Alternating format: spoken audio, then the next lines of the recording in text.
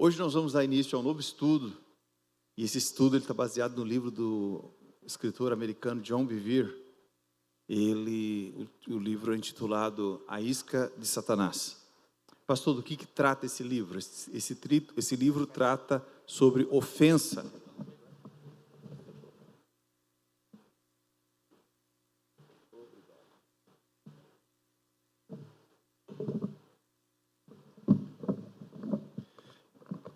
O tema do livro, gente, é ofensa.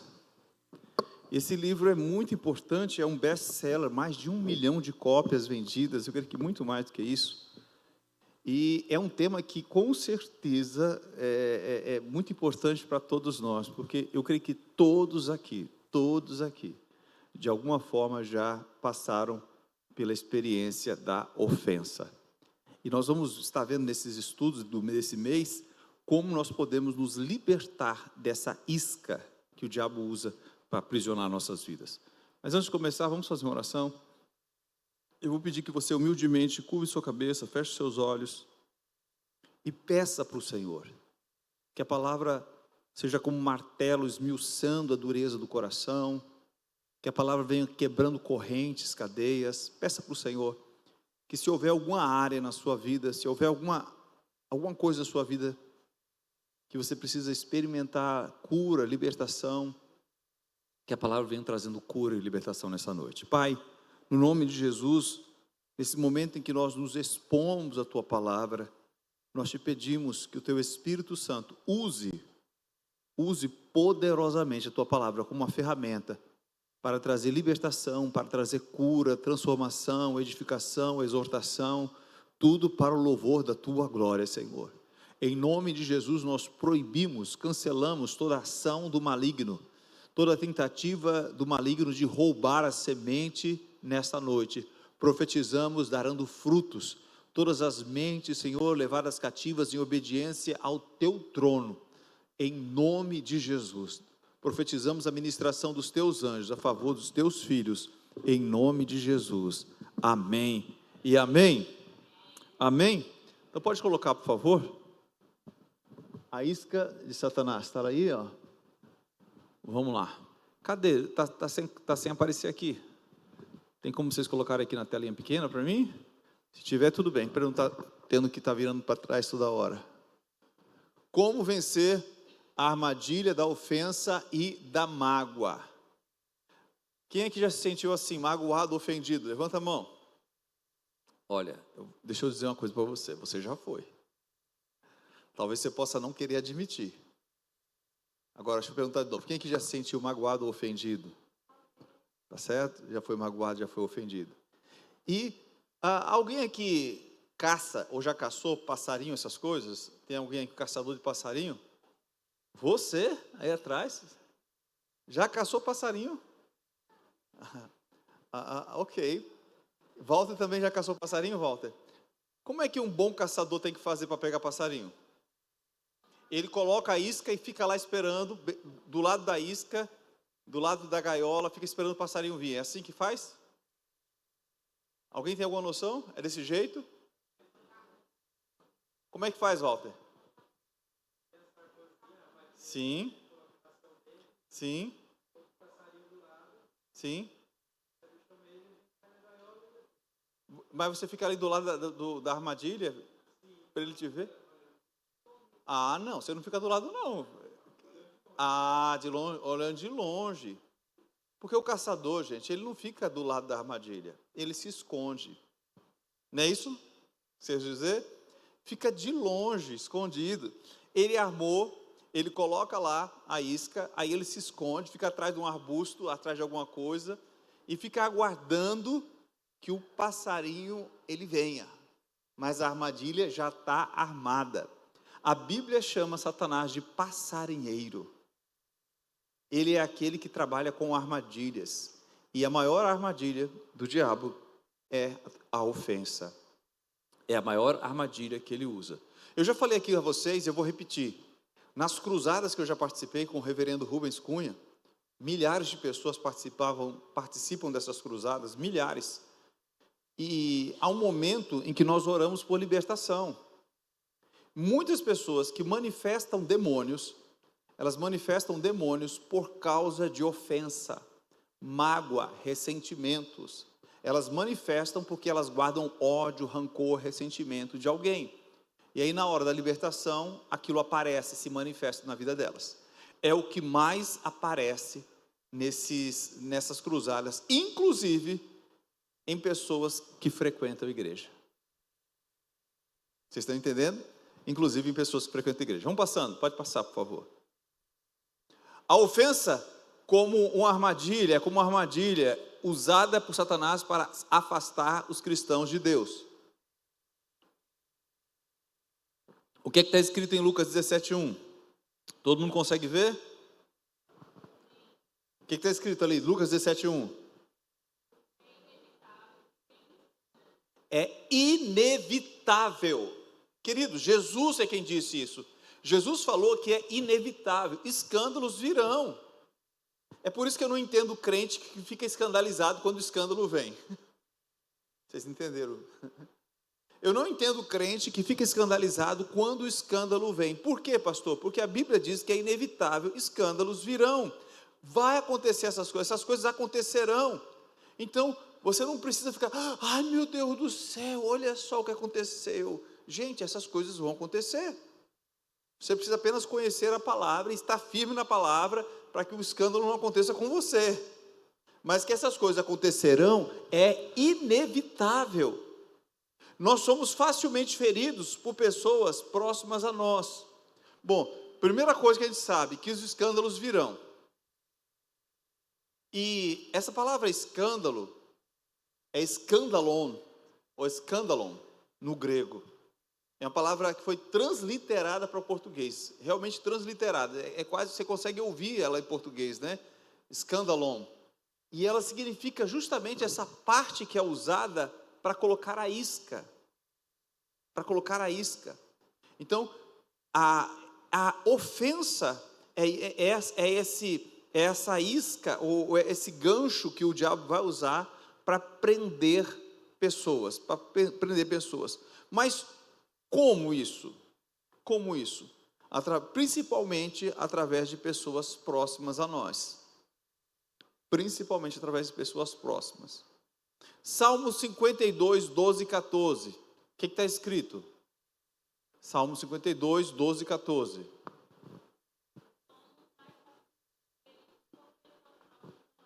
E o que é que diz no Salmo 52, 12 e 14? Você sabe? Abram suas Bíblias aí, ou então coloca aí na tela, por favor.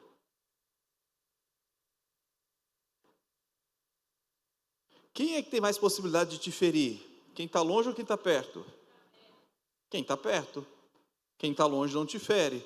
É por isso que nós acabamos tendo uma atitude de idolatria com as pessoas que estão longe. Porque a gente acha que quem está longe é tudo perfeitinho, cheirosinho, bonitinho. Conviva. Sim ou não? Conviva. E quem está próximo é quem pode nos ferir.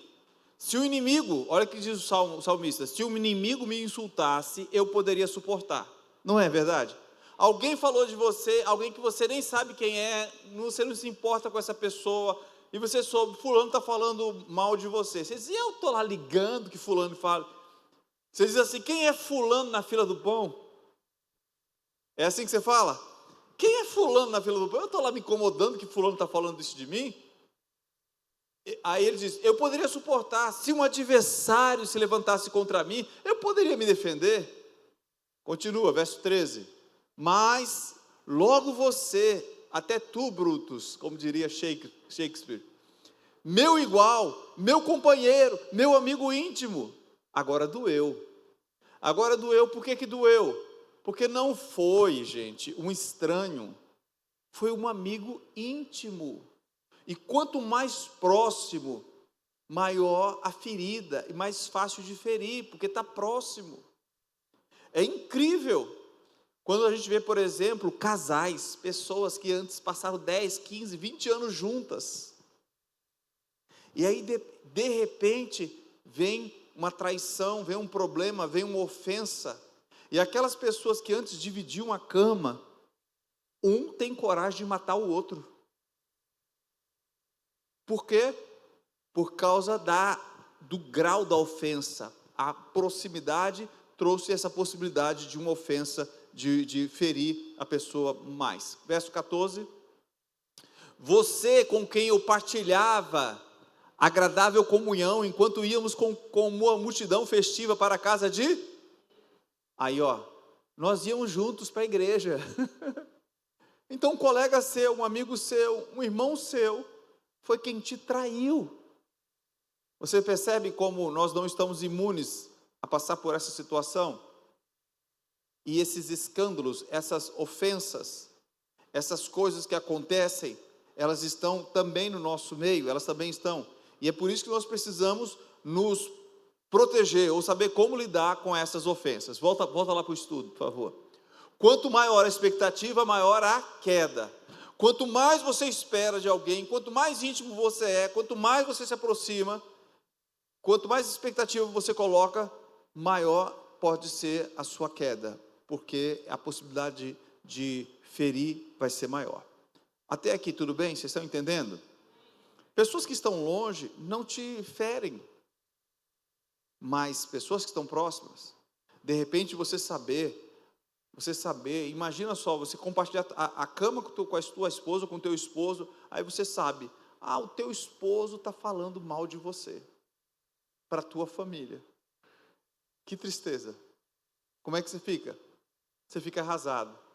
Se fosse uma mãe ou um pai falando mal de você, ou um filho, como é que você se sentiria? Então as pessoas ficam arrasadas com essa proximidade. Ou um amigo íntimo, alguém que você leva para a sua casa, toma café com você, aí essa pessoa, ela fala de você pelas costas. Essas coisas nos ferem, e são iscas que o diabo usa para nos prender. Próximo. A armadilha do engano. Jesus disse aos seus discípulos: é inevitável que aconteçam coisas que levem o povo a tropeçar, ou escândalos, mas ai da pessoa por meio de quem elas acontecem. Aí, como eu falei para vocês, no grego, escandalon refere-se à armadilha usada para capturar animais. É também a raiz da palavra escândalo. Ofensas são a maneira predileta do diabo manter pessoas presas. Vamos lá para Timóteo, 2 Timóteo 2, 24 e 26. 2 Timóteo 2, 24 e 26. Então, como é que o diabo prende pessoas? Ao servo do Senhor não convém brigar, mas sim ser amável para com todos, apto para ensinar, tolerante. Deve corrigir com mansidão os que se opõem a ele. Você está corrigindo, mas aí tem uma pessoa que se opõe a você. Tudo que você faz, ela desfaz. Tudo que você vai fazer, ela diz que não presta. Ela está se opondo a você. Como é que você deve fazer? Corrigir com mansidão os que se opõem a ele, na esperança de que Deus nos conceda o quê? Arrependimento, levando ao conhecimento da verdade. Próximo. Para que assim voltem à sobriedade, escapem da cilada do diabo, que aprisionou para fazer a vontade dele. Escapem do escândalo, escapem da armadilha do diabo, que ele aprisionou para fazer a vontade dele.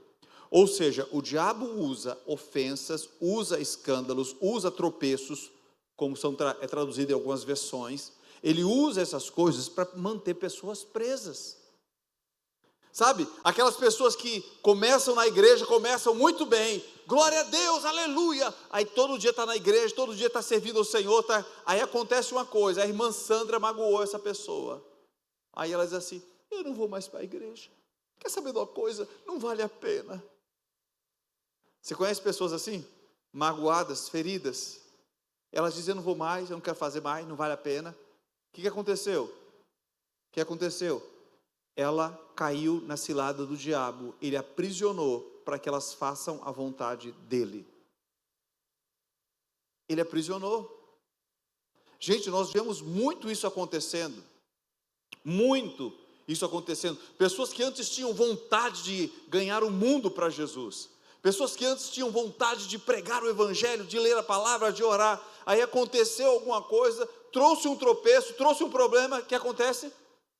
A pessoa perdeu o ânimo, já não tem mais força, já não quer mais nada, já não tem vontade de ler, não tem vontade de orar, não tem vontade de vir para a igreja, não tem vontade de mais nada. Aconteceu um tropeço, um escândalo, alguma coisa aconteceu, e lembre-se, Lucas 17:1, é inevitável, os escândalos acontecerão, mas você não pode permitir que essas coisas Satanás use para aprisionar você, porque ele quer roubar de você a alegria de você servir ao Senhor. Ele quer roubar de você a alegria de você servir a Ele com toda a força, com todo o ânimo.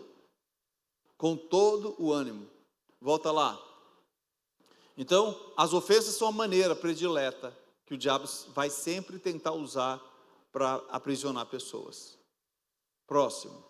É preciso expor o coração e deixar que a ofensa venha à tona. E a primeira coisa que a gente colocou ali é o que nos impede de experimentar, o orgulho é o que nos impede de experimentar arrependimento. Como assim, pastor? Deixa eu explicar. Você foi magoado, alguém te feriu, uma pessoa falou de você, uma mentira, e realmente você foi injustiçado.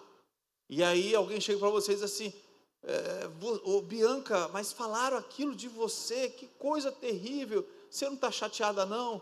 Aí a Bianca, não estou chateada não, eu deixei para lá. Mas lá dentro ela está chateada.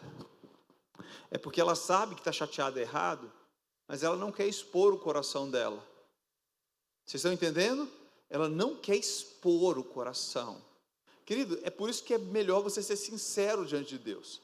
É melhor você chegar para Deus e dizer assim, Senhor, eu estou chateado sim, Senhor, eu estou com mágoa, eu estou com raiva, Senhor, se eu pudesse eu pegava no pescoço daquela pessoa, mas eu não quero isso, Senhor, eu não quero comer essa isca do diabo, eu não quero isso para a minha vida, eu quero que o Senhor me liberte, porque pessoas ofendidas são pessoas amarguradas, pessoas ofendidas são pessoas que perdem a alegria, pessoas ofendidas, elas perdem a satisfação. Sabe, você conhece pessoas, elas eram antes tão alegres, mas aí foram ofendidas, se tornaram amargas. Mal dá um bom dia, é tanta amargura dentro dessas pessoas, e você pergunta assim, o que aconteceu com você? Ofensa. Elas foram magoadas. Então o orgulho impede de experimentar arrependimento. Eu tenho que ser humilde e dizer, sim Senhor, aquilo doeu em mim, só que eu não quero engolir essa isca do diabo, eu não quero engolir essa ofensa, isso está me magoando, isso me feriu, mas eu não quero isso para a minha vida, me ajude, me ajude Senhor, eu me arrependo de estar dessa forma. A igreja de Laodiceia confundia o poder financeiro com o poder espiritual. Apocalipse 3, 14 a 20, vocês conhecem a história de Laodiceia, a igreja mais próspera do Apocalipse. Ela dizia, somos ricos, de nada temos falta.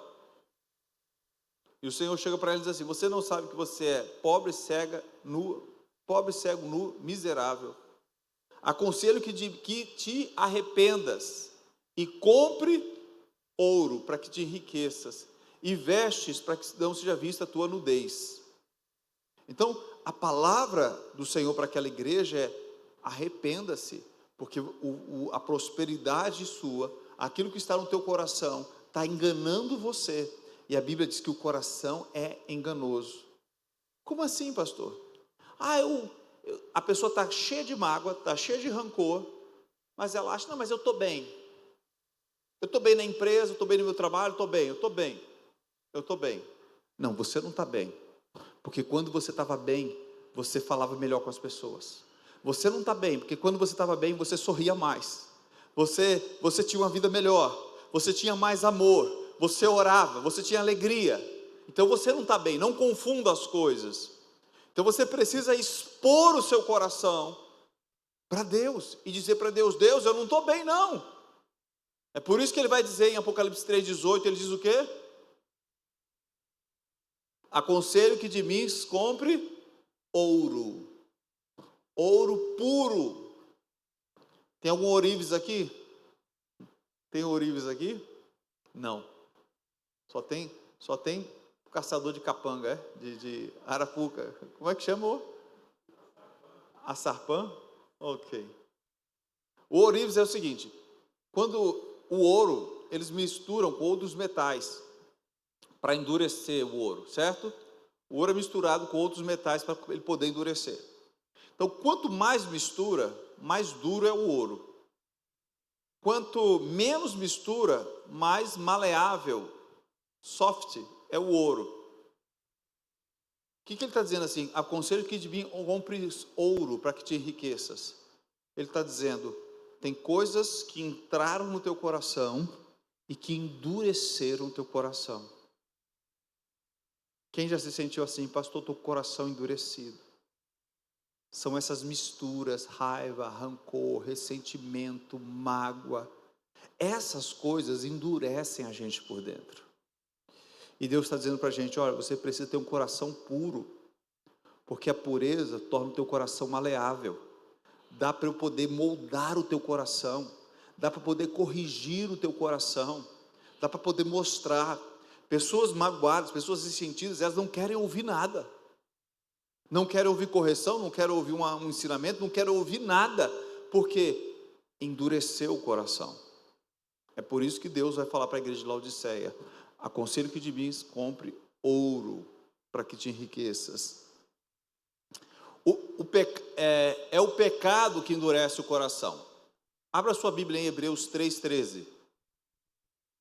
Hebreus 3,13.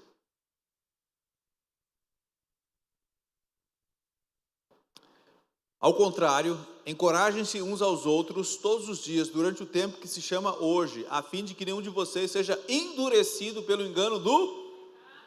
O que o pecado faz? Endurece você. Entendeu? O que vai endurecer o coração é o pecado. Quanto mais pecado, as pessoas vão ficando endurecidas. No Antigo Testamento chamava isso de dura cerviz. Vocês lembram o que é dura cerviz? Érica lembra, né, Érica? O que é dura cerviz? Pescocinho duro, como as mães diziam antigamente. Esse menino tem um pescocinho duro. Pescocinho duro, Carla, é aquilo que os profetas chamam de dura cerviz. É gente que, ao invés, quando Deus fala, e ao invés da pessoa curvar o pescoço e dizer, está certo, Senhor, o Senhor tem razão, ela continua assim. Mas eu faço, eu vou continuar. É aquela criança que eu contei para vocês a história, sentada no banco da frente. Quando podia ainda sentar a criança no banco da frente, né? A criança ficou em pé no banco, a mãe dizia, senta aí. E a menina em pé, senta aí, em pé, senta aí, em pé. Chegou uma hora que a mãe perdeu a paciência, pegou pelo braço e disse, senta aí. A criança sentou, olhou para a mãe e disse, por fora eu estou sentada, mas por dentro continuo de pé. Misericórdia. Criança, dura cerviz. Você está entendendo? Então o pecado, ele endurece o nosso coração. É por isso que o coração de Faraó foi endurecido. Primeiro ele mesmo endureceu, e depois Deus confirmou aquilo que já estava no coração dele. Mas é o que o pecado faz com a gente. Volta lá. Próximo. Escândalos em massa. Gente, escândalos em massa não é escândalos em lasanha. Escândalos em massa é escândalos de forma geral, tá? Um dos sinais dos fins dos tempos. Vamos lá para Mateus 24, 10 a 13. Mateus 24, 10 a 13. Naquele tempo, muitos me abandonarão, trairão e odiarão uns aos outros, e numerosos falsos profetas surgirão e enganarão a muitos. Por causa do aumento da iniquidade, o amor de muitos esfriará, mas aquele que perseverar até o fim será salvo. Será salvo. Pode voltar. Então, um dos sinais dos fins dos tempos é esse problema que vai acontecer de forma a afetar a muitos. muitos irão ser afetados por isso. E o que quer dizer muitos, pastor? Muitos significam muitos. Não são poucos, serão muitos que vão passar. Agora, sabe uma coisa interessante é que ele diz, né? Cristãos fazem parte daqueles que se escandalizarão. E por que ele disse isso no livro? Que cristãos fazem parte daqueles que se escandalizarão. Porque a Bíblia, quando ele fala assim, o amor de muitos esfriará, ele está falando do amor ágape. Amor ágape é um amor que Deus coloca no nosso coração. Não é um amor filéu, que é um amor egoísta. Porque no grego, o Novo Testamento foi escrito no grego. E no grego nós temos algumas palavras para amor. Quando é um amor entre amigos, ou um amor de troca, é o amor filéu. Bom, eu costo as suas costas e você costa as minhas costas. Esse é o amor filéu. O amor ágape é o amor que Deus coloca. Aí ele diz, este amor irá se esfriar. Então ele está falando de um amor cristão, um amor que os crentes deveriam estar crescendo nesse amor. Por isso que é uma referência também a cristãos, fazem parte daqueles que se escandalizarão. Nós nos predispomos a nos ofender quando exigimos certos comportamentos daqueles com quem nos relacionamos. Olha que coisa interessante. Quando é que você se escandaliza? Quando você exige das pessoas um certo comportamento. Comportamento, você está exigindo. Por exemplo, você exige que o seu irmão seja perfeito. Quando ele não é perfeito, o que acontece? O que acontece? Você se escandaliza, você se ofende, você se magoa. Por quê? Porque você colocou sobre ele uma carga que ele não consegue levar. E nem você consegue levar essa carga. Mas nós nos predispomos a ofender quando exigimos certos comportamentos daqueles com quem nós nos relacionamos. E o que acontece? A consequência é que criamos muros ao nosso redor. Provérbios 18, versículo 19. Abram aí suas Bíblias. Provérbios 18, verso 19. O irmão ofendido, olha aí, a ofensa. O irmão ofendido é mais inacessível do que uma cidade fortificada, e as contendas são como portas trancadas de uma cidadela. O que é isso? Irmão ofendido é mais inacessível do que uma cidade fortificada. Gente, dizem que as guerras mais violentas são as guerras travadas entre irmãos. Por exemplo, guerra civil. Guerra civil. Foi muito brutal a guerra, por exemplo, que os Estados Unidos teve, século XIX, a Guerra Civil Americana. O norte, 19 não foi? O norte e o sul do país lutando, uns abolicionistas, outros escravocratas, e houve uma guerra dentro dos Estados Unidos, americano contra americano. Só que eles se odiavam. Vocês são do norte, os nortistas, nós odiamos vocês. Vocês são do sul, nós odiamos vocês. E milhões de pessoas morreram. A mesma coisa acontece na África. E em tantos lugares, porque o irmão ofendido é mais inacessível. E às vezes dentro da família mesmo. Um irmão que foi ofendido, às vezes passa 20 anos sem falar com aquele outro irmão. Vocês conhecem casos assim? Alguém conhece casos assim? Passa 20 anos, pastor, 30 anos, morreu e não falou mais com o irmão. Porque ele foi ofendido, aí ele criou o quê? Um muro. E não permitiu mais que aquela pessoa se achegasse a ele. Pessoas ofendidas, elas criam muros e impedem os outros de se aproximar. Pessoas ofendidas, né? A pessoa antes abria a casa, recebia as pessoas, aí foi ofendida. Foi ofendida. O que ela faz? Não quero mais ninguém na minha casa. A partir de hoje não quero mais ninguém na minha casa. Sabe o que vai acontecer? Ela vai deixar de ser ela. Ela vai deixar de ter alegria. Pastor, mas é porque ela vai ser ofendida. Mas por que nós somos ofendidos? É que a gente precisa entender como nós nos livrarmos das ofensas.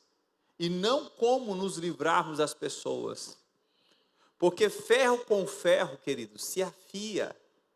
Deus usa pessoas para afiar você. Deus usa pessoas para trabalhar em você. Mas pessoas ofendidas dizem, eu não quero ninguém na minha casa. Eu até vou para a igreja, mas eu não quero ninguém na minha casa. Eu não quero nem uma célula, viu, Camila? Nem coloca a célula na minha casa, que eu não quero ninguém na minha casa. Pessoas ofendidas.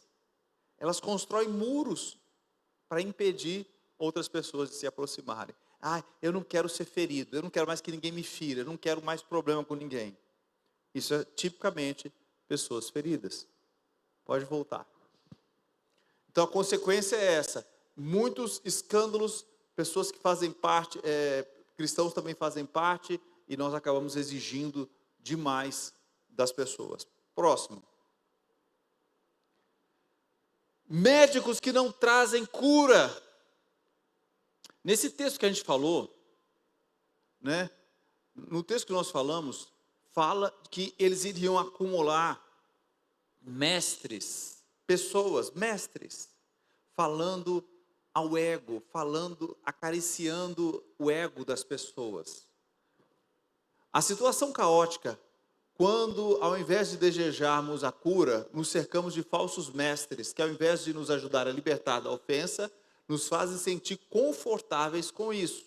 Mateus 7,15, abram suas Bíblias em Mateus 7,15.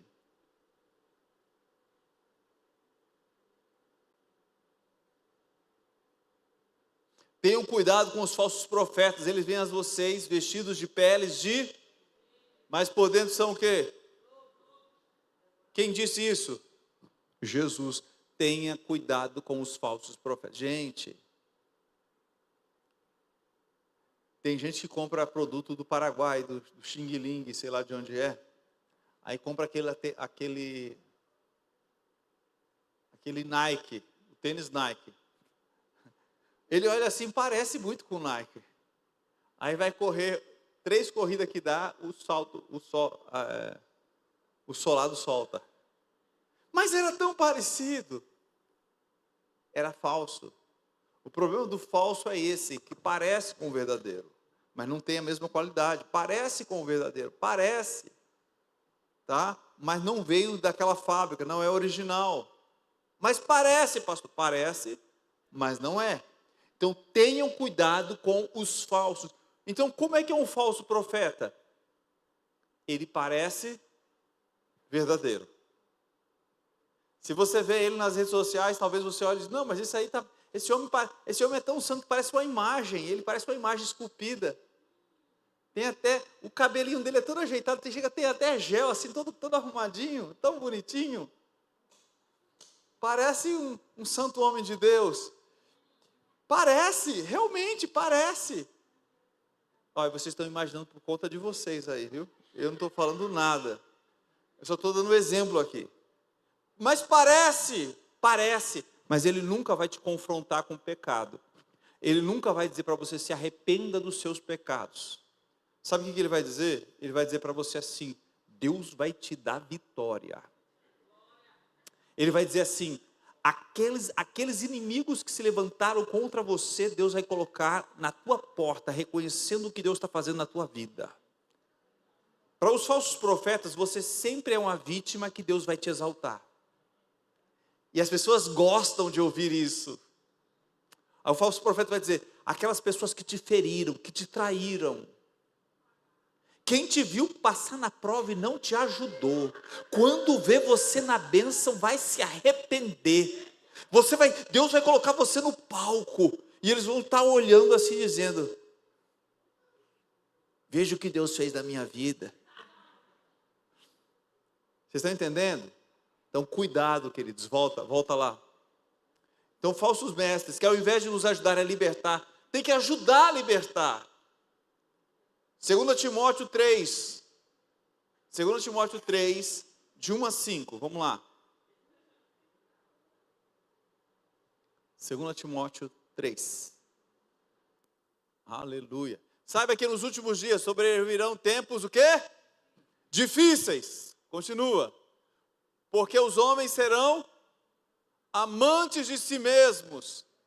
Gente, Os homens estão cada vez, homens está falando de humanidade, os homens são cada vez mais amantes de si mesmos, apegados ao dinheiro, arrogantes, orgulhosos, blasfemos, desobedientes aos pais, ingratos, ímpios, insensíveis, irreconciliáveis, caluniadores, sem domínio próprio, cruéis, inimigos do bem, traidores, impetuosos, soberbos, mais amantes dos prazeres do que amantes de Deus. Embora tenham uma aparência de piedade, negam o seu poder à face desses também. Aí ele diz no final assim, embora tenham aparência de piedade, sabe, parece piedade. Você olha assim e diz, que coisa linda, tão piedoso, olha a cara de piedade daquele homem. Só aparece assim, né, nas redes sociais, assim.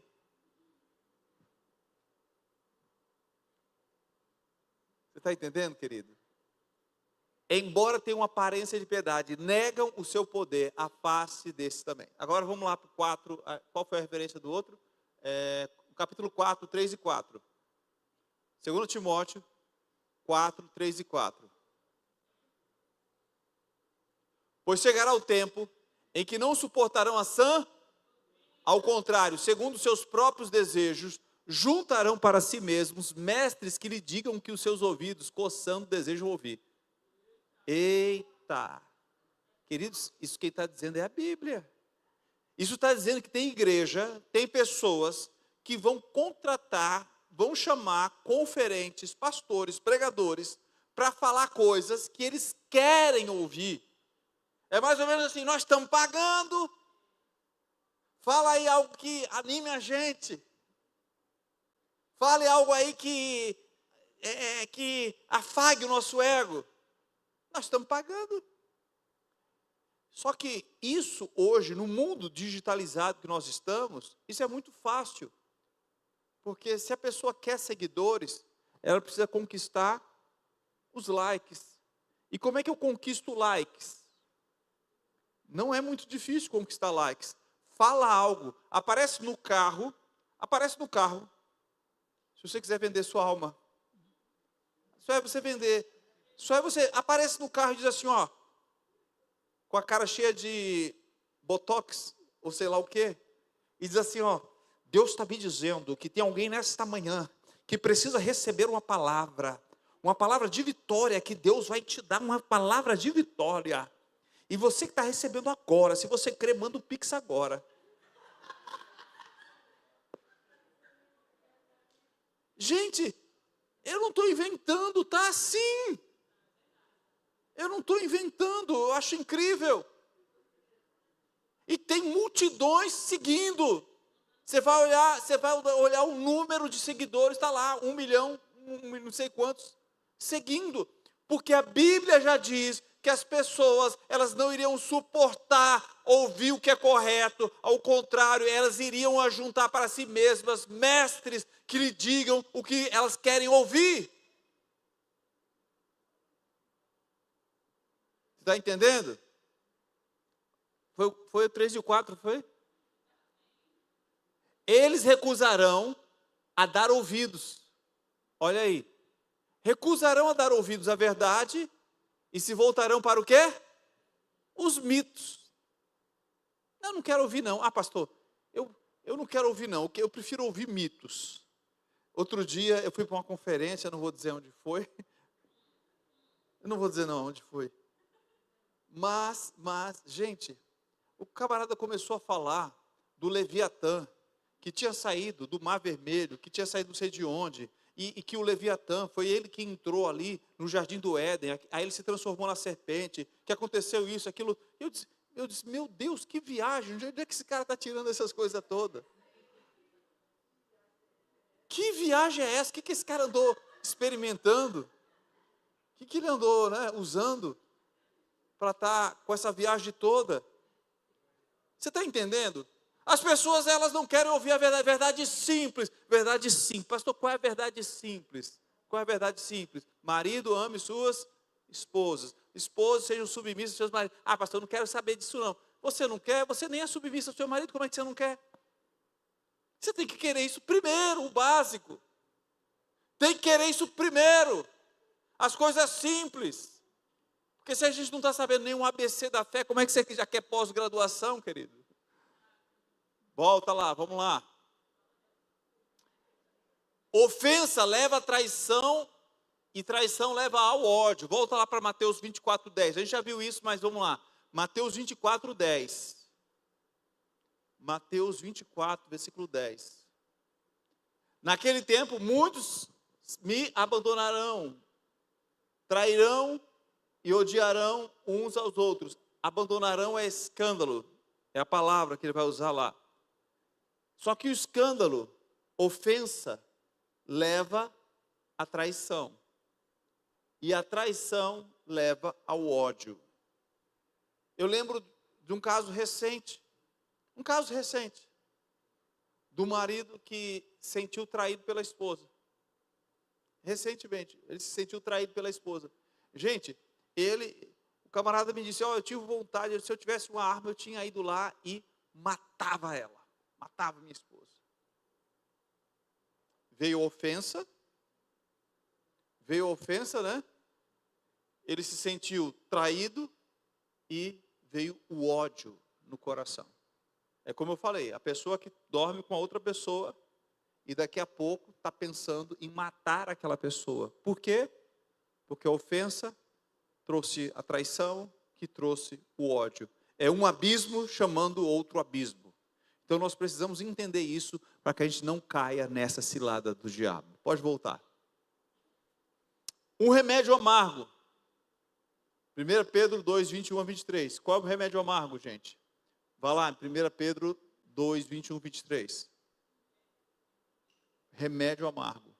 Para isso vocês foram chamados, pois também Cristo sofreu no lugar de vocês, deixou exemplo para que sigam os seus passos. Ele não cometeu pecado algum, e nenhum engano foi encontrado na sua boca. Quando ele era insultado, não revidava. Quando sofria, não fazia ameaças, mas entregava-se àquele que julga com... Isso aí é um remédio para a gente, é um remédio amargo. Como assim, pastor? Quando você é traído, quando você é ofendido, o que você faz? Volta aí o versículo 21, por favor. O que você faz quando acontece isso com você? Cristo, para isso fomos chamados, pois também Cristo sofreu no lugar de vocês e deixou exemplo para que sigam os seus passos. Isso aí é exemplo para nós. 22. Ele não cometeu pecado algum e nenhum engano foi encontrado na sua boca. Quer dizer, ele não fez nada para merecer o ódio, a ofensa das pessoas. Verso 23. Mas quando ele era insultado, ele não revidava. Há pouco tempo atrás, há uns dias atrás, alguém chegou, pior que o diabo sempre faz com que as coisas cheguem ao nosso ouvido, né? Sim ou não? O diabo faz com que as coisas cheguem ao ouvido. Pastor, olha, tem uma pessoa que está falando mal de você, está dizendo isso e aquilo outro. Gente, foi uma pessoa que a gente ajudou a pessoa. E falaram, pastor, eu sinceramente não entendo por que a pessoa está fazendo isso, porque eu nem lembro da pessoa mais. A pessoa saiu. Só que qual era a intenção do diabo? Que eu revidasse e falasse a mesma coisa. E fizesse o mesmo com a pessoa. Mas a Bíblia diz que quando Jesus era insultado, ele não revidava. Quando sofria, ele não fazia ameaças, mas ele entregava aquele que julga com... Então, esse deve ser o nosso remédio. Pastor, estão falando mal, o senhor não vai denunciar, não vai fazer isso, não vai dar parte, não vai fazer aquilo outro. Deixa ele com Deus, eu vou entregar quem julga com justiça. Amém? Eu preciso, mas eu preciso chegar para... pastor, o senhor não ficou chateado não? Claro que eu fiquei chateado. Claro que eu pensei de ir lá falar com a pessoa. Claro que eu pensei em pegar no pescoço. Mas eu tenho que dizer para Deus essas coisas, tenho que dizer, Senhor, eu não quero isso na minha vida. Amém? Eu não quero isso para mim. Faz mal, gente, adoece. Você está entendendo? É para o meu bem mesmo. Se eu ficar carregando a pessoa, eu vou adoecer. Eu vou perder a alegria. Eu vou olhar para a irmã Edileide e vou dizer, ela é falsa também, é todo mundo falso. Pessoas feridas, elas fazem assim, né? Pessoas feridas, ela pensa, não, é todo mundo falso. Olha, eu não quero saber de ninguém. Olha, eu não quero ver ninguém, por favor. Já viram gente assim? Olha, eu não quero ver ninguém, é tudo uns falsos. Isso é gente ferida. Isso é gente que não entendeu. Quando ele era insultado, ele não revidava. Quando sofria, não fazia ameaças, mas entregava-se àquele que julga com justiça. Eu até disse para minha esposa, eu vou entregar, a gente tem que entregar na mão de Deus, sabe por quê? Porque se o Senhor não fizer justiça, quem vai fazer justiça? Pastor, mas estão falando, mas está fazendo isso e aquilo outro. Deixa. Tá? E Deus mesmo vai executar a justiça. Amém? Amém. Posso ouvir um amém? Dê uma salva de palmas do Senhor para você acordar. Dizer glória a Deus e eu beber água aqui.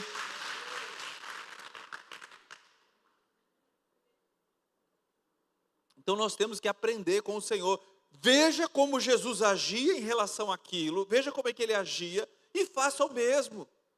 E se achar que não está conseguindo, fala para o Senhor, Senhor, eu não estou conseguindo não, Senhor. Eu vou lá naquela casa. Senhor, eu vou lá. Agora, se você tiver com... Você tem que falar para Deus, para o Senhor.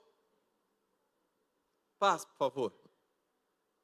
Exemplo bíblico. José foi traído, mas manteve o coração limpo. Ele se tornou exemplo de perdão. Gênesis 37, 48. Eu já vi tanta gente pregar sobre José, tanta gente, mas não entendeu nada de José. Eu já ouvi tantas pregações sobre José, mas as pessoas não entenderam nada. Porque se teve uma coisa que José, ele nos ensina, gente, é a não carregar mágoa. Pessoas magoadas, elas não se tornam os melhores daquilo que elas fazem. Elas não progridem nos planos de Deus. José progrediu nos planos de Deus porque ele não guardou mágoa. Para vocês terem uma ideia, o que os irmãos de José fizeram com ele foi pior do que matar ele. Por quê, pastor? Porque uma pessoa que era vendida como escravo, até os filhos que elas tivessem, os netos que ela tivesse, todos eles nasceriam o quê? Escravos. Eles roubaram de José a liberdade, roubaram a herança, roubaram a identidade, roubaram tudo de José. Mas José, ele vai demonstrar, ele vai dizer assim para os irmãos, meus irmãos, não foram vocês que conduziram a minha vida. Quem conduziu a minha vida até aqui foi Deus. Pessoas que se magoam, elas atribuem a outras pessoas poder sobre a vida delas. Como assim? Como assim? Eu perdi o emprego porque fulano falou de mim para o meu patrão e eu perdi o meu emprego. Quer dizer que aquele fulano tem poder para fazer você sair do seu emprego? E onde é que está o teu Deus? Onde é que está o teu Deus? Você está entendendo? Eu não posso atribuir a essas pessoas o poder de manipular, de fazer isso ou fazer aquilo outro comigo. Eu tenho que atribuir a Deus. José sabia que os irmãos fizeram, mas ele estava crendo na mão invisível de Deus, dirigindo a vida dele. Então você precisa entender que a sua vida está nas mãos do Senhor. Os passos de um homem bom são guiados pelo Senhor. Nós precisamos entender que é Deus que vai guiar os nossos passos. E é a Ele que nós devemos temer. Amém? Próximo. Não gaste tempo planejando vingança. Mas eu lhes digo, amem os seus e orem por aqueles que perseguem vocês. Diga para o seu irmão, o remédio é amargo. O que a Bíblia está dizendo? Ame os seus inimigos e ore por aqueles que os... Querido, é para você orar. Agora não é aquela oração imprecatória não, viu? Senhor, mata ele! Senhor, acaba com ele! Não é nada disso não, viu? Mas, Senhor, ame os seus inimigos, ele diz, ame os seus inimigos e ore por aqueles que os perseguem. Como você trata aqueles que te ofendem, que te ofenderam, fala muito sobre você. Querido, a maneira como você trata quem te ofendeu, fala do que tem no seu coração. Porque a Bíblia diz, tem um texto lá de Isaías 21:2, se eu não me engano, 21:2, diz assim, o pérfido trata perfidamente, Pastor, o que é isso? A pessoa, tradução Cid Clay Vieira. Tradução Cid Clay Vieira diz assim, quem não presta, trata como quem não presta. Pessoas que não prestam vão agir como quem não presta. Pessoas boas vão agir como pessoas boas. Amém? Então, como você lida com essas pessoas, fala muito do que está no teu coração. Porque Deus vai permitir que muitas coisas aconteçam para que o teu coração passe pelo fogo. E quando o teu coração passa pelo fogo, o que tiver de impureza sobe, aparece. Todas as impurezas aparecem. Sabe aquela pessoa que deixou de xingar, nunca mais xingou? Aí ela vai passando na rua e dá aquele tropeção. Aí ela solta aquele nome. E as irmãs que estão perto dela dizem, misericórdia. Aí ela vem e diz, misericórdia, de onde veio isso? Eu pergunto, de onde veio? Estava onde? Estava no coração. Eu fui criado, minha mãe xingava. Mas lá em casa, nenhum dos meus irmãos xingava. Porque ela arrebentava a gente. Ninguém xingava. Então eu fui criado sem xingar. Então mesmo que eu dê um tropeção, eu não xingo. Não é porque eu sou melhor do que vocês ou coisa parecida. É porque eu fui criado sem xingar. Então não havia.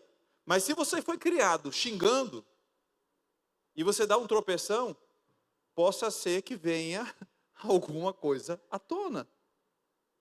Você está entendendo? Isso vai demonstrar que ainda está escondido lá dentro, então precisa colocar para fora. Não gaste tempo, querido, planejando vingança. É o que a gente viu. Entregue a Deus.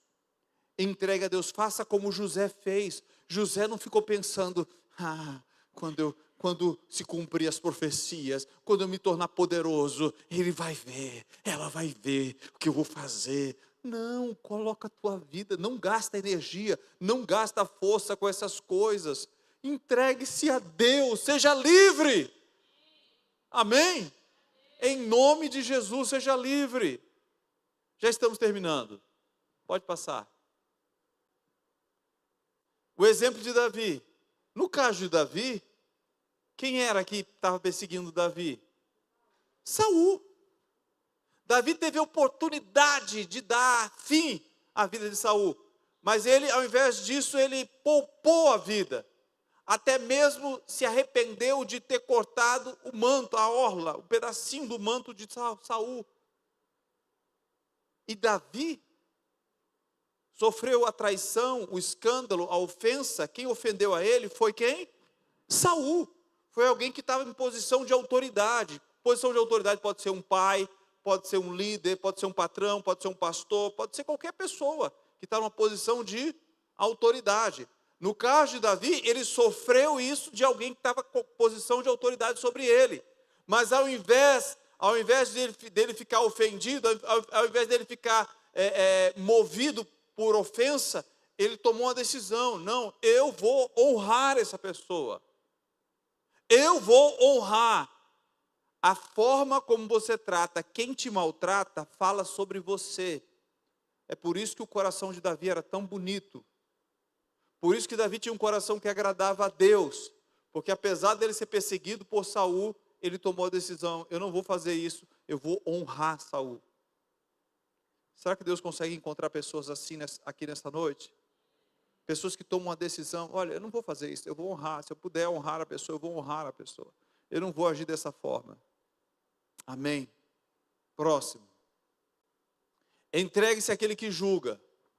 Saul tentou novamente. É impressionante. No capítulo 24, 1 Samuel, Davi livra a vida de Saul.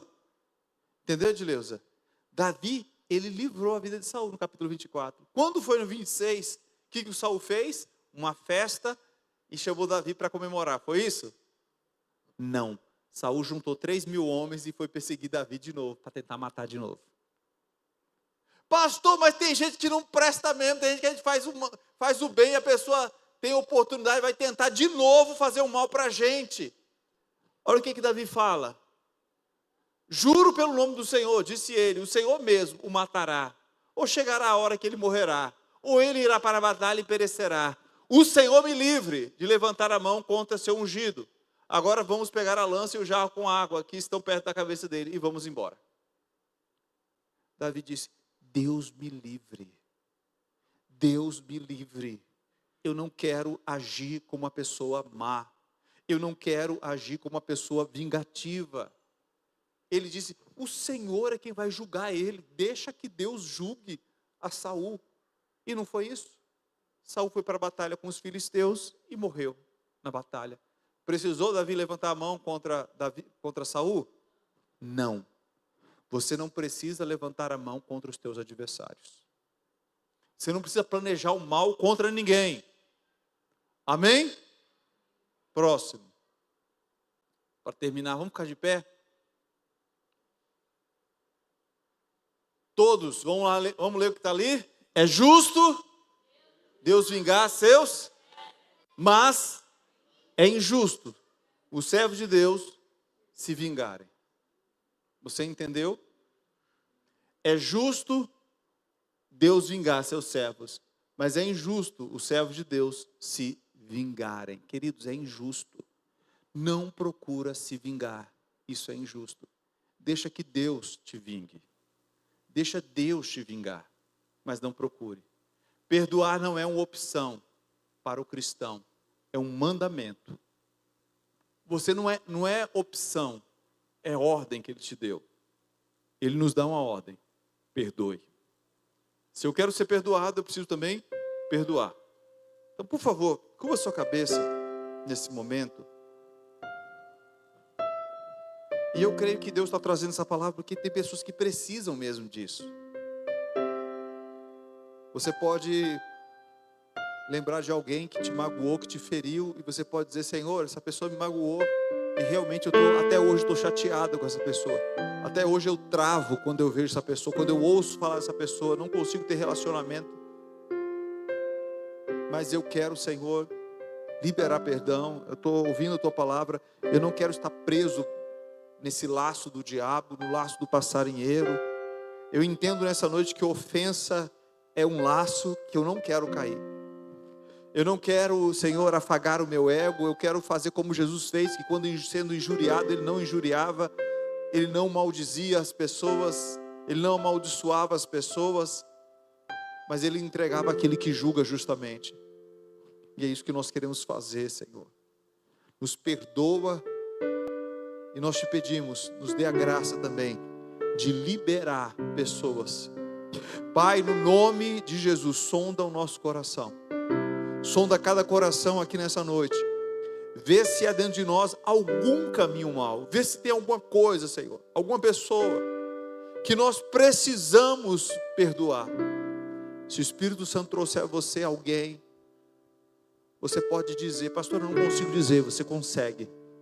Em nome de Jesus, diga assim: Pai, eu perdoo fulano. Eu não tenho forças em mim mesmo de perdoar, mas eu perdoo fulano. Em nome de Jesus, eu quero declarar essa pessoa livre. Eu quero me entregar, Senhor, a Ti. E eu não quero que meu coração seja contaminado com ofensa. Eu não quero que meu coração seja endurecido pelo pecado. Em nome de Jesus eu te peço, Senhor, para o louvor da Tua glória, Senhor. Em nome de Jesus. Em nome de Jesus. Se Tu olhares, Senhor, para dentro de mim, nada encontrarás de bom. Mas um desejo eu tenho de ser transformado. Preciso tanto do Teu perdão. Dá-me um novo coração. Dá-me um coração igual ao Teu, meu Mestre. Dá-me um coração igual ao Teu, coração disposto a obedecer,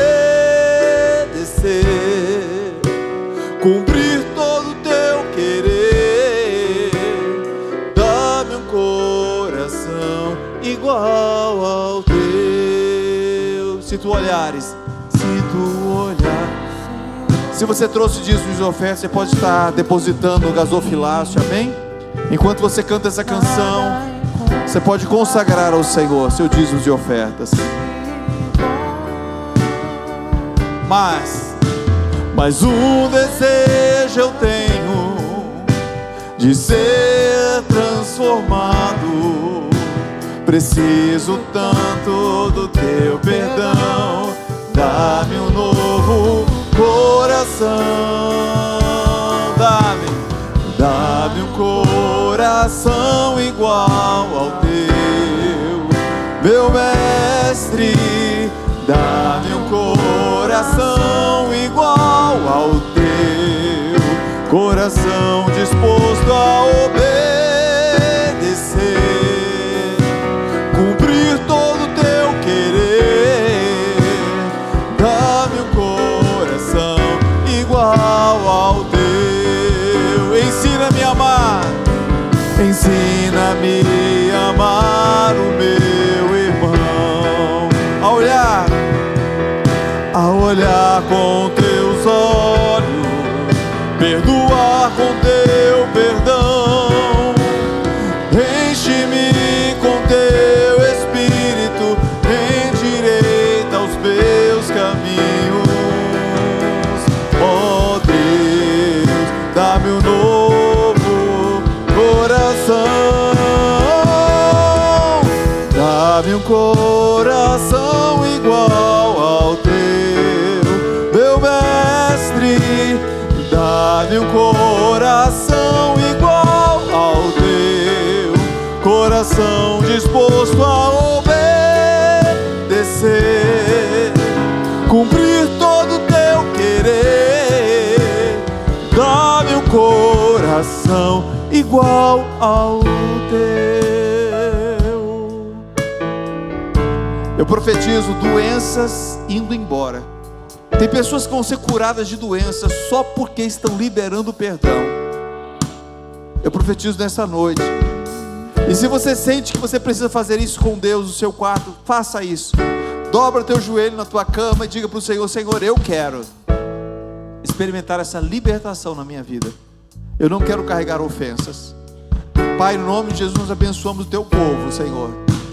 Abençoamos a vida de cada um dos ofertantes, dos dizimistas. Declaramos a tua bênção sobre o teu povo. Declaramos também liberdade, para que possamos ver tudo aquilo que o Senhor tem para nós. Abençoamos dizendo que o Senhor te abençoe e te guarde, que o Senhor faça resplandecer seu rosto sobre ti e tenha misericórdia de ti, que o Senhor sobre ti levante o rosto, te dê paz em nome de Jesus. Uma noite de paz, queridos, a todos.